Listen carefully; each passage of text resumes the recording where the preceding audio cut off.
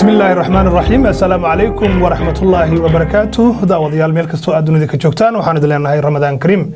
halkani waa TV-ga Somali Cable studio ku yaala magaalada Minneapolis ee gobolka Minnesota dalka Mareykanka sidoo kale waxaad nagala socotaan Somali TV of Minnesota haddaba waa barnaamijkii caawa iyo cawil oo aan ku eego waxyaabo kala duwan haddaba maxaa ugu dambeeyay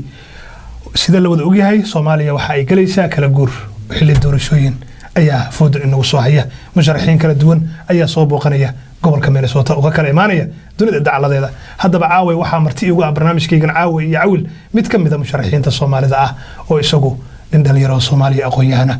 aan filayo inuu meel badan wax ka soo qabtay bal caaway isaga ayaa iska bari doona inta aan anigu wax badan ka faahfaahin waa Maxamed Cabdirasaaq Maxamed Abuukar oo isagu booqasho ku yimi magaalada Minneapolis habeen dhaweydna munaasabad lagu taageerayo loogu qabtay Double Tree Hotel oo ku yaala xaafadda Salwisback Maxamed Cabdirasaaq ku soo dhawow barnaamijka caawa iyo cawil iyo TV-ga Somali Cable waa mahadsantahay waa tahay Maxamed inta aniga aqoontayda waxaan ogahay inaad tahay asaasihii ama agaasimaha hay'adda Somali One inta anigu aan ka garanayo marka laga soo tago bal waxa aan doonayaa dadka Soomaalida ay musharaxa u tahay aad rabto inaad hogaamiso bal in yaro kooban oo taariikhdaada inaad soo gudbiso cawil marka waa mahadsantahay sidoo kale waxaan jeclahay aniguna inaan ummadda muslimiinta aan u gudbiyo hambalye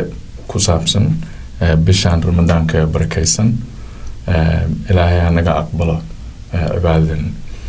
intaas daan ka gudbo Somali One waa hay'ad aan asaasay 2 sano ka hor kadib markii aan ka tagay hay'adii aan madaxda ka ahaa oo la oranayay National Democratic Institute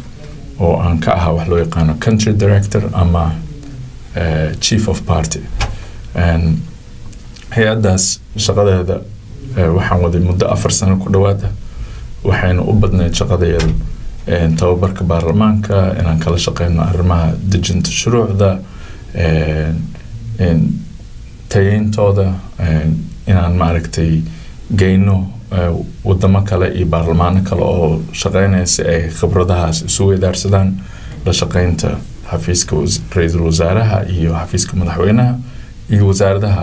markaas marba hawsheena ay ku aadaneen ka hortaas waxaan ka shaqeynayay xafiiska siyaasadda ee UN-ka oo aan la shaqeeyay ninkii la oran jiray Wald Abdallah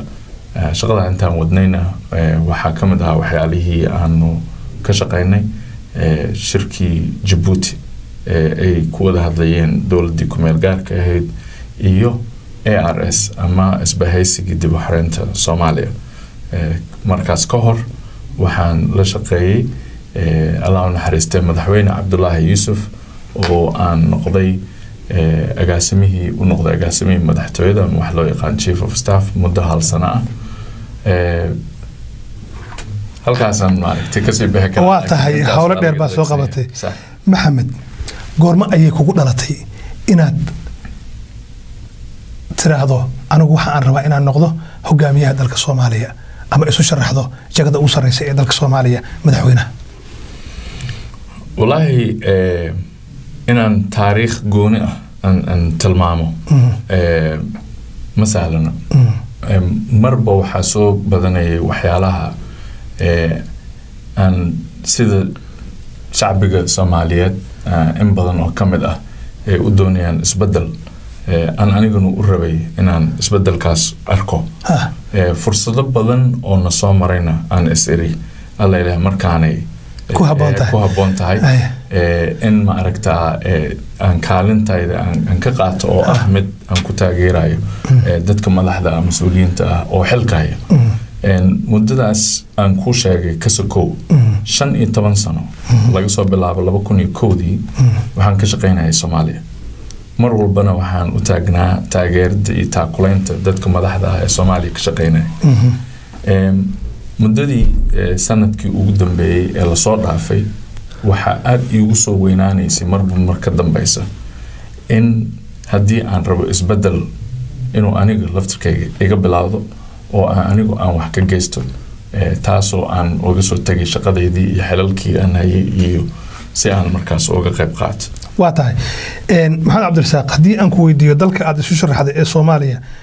haatan waxa uu leeyahay dowlad federaal ah oo aan ku meel gaar ahayn doorasho ayaa la gelayaa dadku inta badan marka doorasho ay timaado waxa ay hadal hayaan in xildhibaanada baarlamaanka Soomaaliya ay iyagu yihiin kuwa ku soo xusha qofka markaa hogaamin doona dhaqaale inay ka helaan adigu markaa dhaqaalaha bixinayaad ku jirtaa mase wax ka duwan baad wadaa waa mahadsantahay aniga baarlamaankan si fiican u aqaana waxaana runtii ku jira ama intiisa badanba dadka aan aqaano ay u badan yihiin dad muwaadiniin Soomaaliyeed oo wanaag uu ku jiro dadkaas waxay la soo gudbaanaadeen ama ay la kulmaan inta badan xaalado aad u adag oo ku saabsan noloshooda daryeel la'aantooda iyo amnigooda waad la socotaa muddo hadda laga joogo 3-4 maalmood qaraxii ka dhacay hotel Ambassador iyo inay ku dhinteen 2 xildhibaan labada nin oo dhimatayba 2 nin oo aan isla wada shaqeynay si fiican aan u aqaanay oo aan dareemay inaad dad wada shaqeyn fiican naga dhaxaysay fikir wanaagsan ku jira eegana ka hor waxaa dhimatay oo baarlamaankan ka dhimatay xubno ka badan 10 qofood oo kale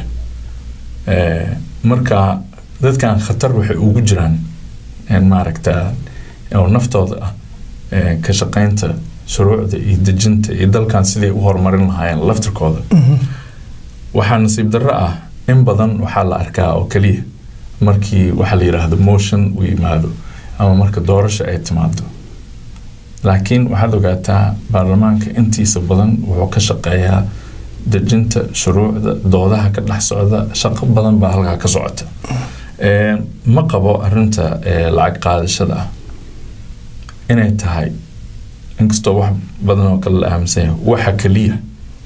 oo ma aragtaa qofka uu ku sameeyo qiimeyn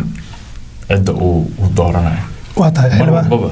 cidda ugu lacag badan oo inaysan ahayn cidda ku guuleysatay doorashada waa tahay inta badan dadka Soomaalida ah aad baa loo hadal hayaa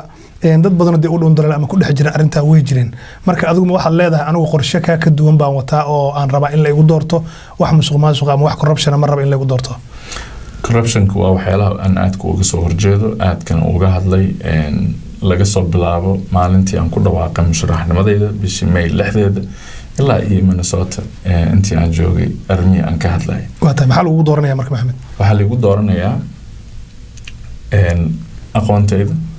waxaa lagu dooranayaa afkaarta aan soo bandhigi doono oo aan isleeyahay wadankan wuxuu kaga bixi karaa oo isbedel runa uu ku imaan karaa amnigiisa dhaqaalihiisa iyo Soomaalinimada aan isu keenayno waa tahay waxaa lagu dooranayaa aqoonta aan isu leenahay xubnaha waa tahay hadda waxaa la filayaa in xildhibaano cusub ay soo galaan baarlamaanka haddii aan la helin xildhibaano tayo leh hogaamiye tayo lehna la heli maayo marka adigu ma haysaa fikir ama message ama fariin aad u dirayso dadka soo xulaya xildhibaanada sidii loo heli lahaa xildhibaano tayo leh awal inta aan taas ka hadlin waxaan rabaa inaan ku daro taariikhdayda aan hadda ka sheekeynay in laga soo bilaabo October sanadka 2015 ilaa iyo January sanadkan 16kiisa sanadka 2016 oo aan anigu iska casilay shaqadaas aan ahaa wax la yiraahdo senior advisor on the National Consultative Forum oo macnaheedu yahay la taliye sare ee madasha wada tashiga qaranka taasoo ay ahayd shaqadiisu in ay ka soo shaqeeyaan qaabkii doorasho Soomaaliya uga dhici lahayd ka duwan qof codna aan ahayn kana duwan qaabkii hore oo wax lagu dooran jiray nasiib darro talooyinka aan haynay iyo wixii aan soo bandhignay ma aysan ka socon madasha iyo dadkii hogaaminaya oo hadda joogta qaabka la isku dooran doono sidee ku soo bixi kartaa ama ku soo bixi karaan xildhibaano tayo leh marba haddii ay tahay 4.5 oo qabiil wax lagu qaybsanayo qabiilku wuxuu leeyahay qaab loo wajaho iyo madax iyo meel laga galo taasoo ah isimada dhaqanka Soomaaliyeed oo madax ka ahaanaya waxaa la isku dayay in markaa ay noqoto isinkii kaliya uusan qofkii soo xulinay in la balaariyo oo jifadii laga keeno sida aan la soconno go'aanka la gaaro waa in 50 qof laga keenaa jifo walba oo xildhibaankaas ay soo xulanayso waxa aan ku oran lahaa ama ku boorin lahaa dadka Soomaaliyeed waxa weeye inay iyagu ay ka fikiraan cidda ay isleeyihiin waxay idin keeni kartaa horumar waxay idin keeni kartaa amni waxay idin keeni kartaa wadankiina burburay oo kala daatay isku xirkooda waxay la shaqeyn kartaa dadka kale oo ay ugu tagayso ciddaas magaalada Muqdisho iyo baarlamaanka dhexdiisa kuma oran karo hebel iyo hebel qofna uma tilmaami karo laakiin dadku waa inay ka daalacdaan dadka soo hor istaaga inay yihiin dadka leh kartidaas leh daacadnimadaas oo iyaga u adeegi karo u shaqeyn karo magacoodana kor u qaadi karo waa tahay maxamed ka shakhsi ahaan haddii aan su'aal adig gaara ku weydiiyo adigu maxaad aaminsan tahay waxaa jira dadka wadanka jooga waxyaabo badan oo la sheegay ayaa jira group hebel waxay yihiin waa xisbi hebel ama group hebel waxay ka tirsan group hebel adiga ka maxamed ahaan xanaankan westernka oo ay dadku dhahaan waa democratization ama dimuqraadiyadda horumartay adigu maxaad aaminsan tahay maxamed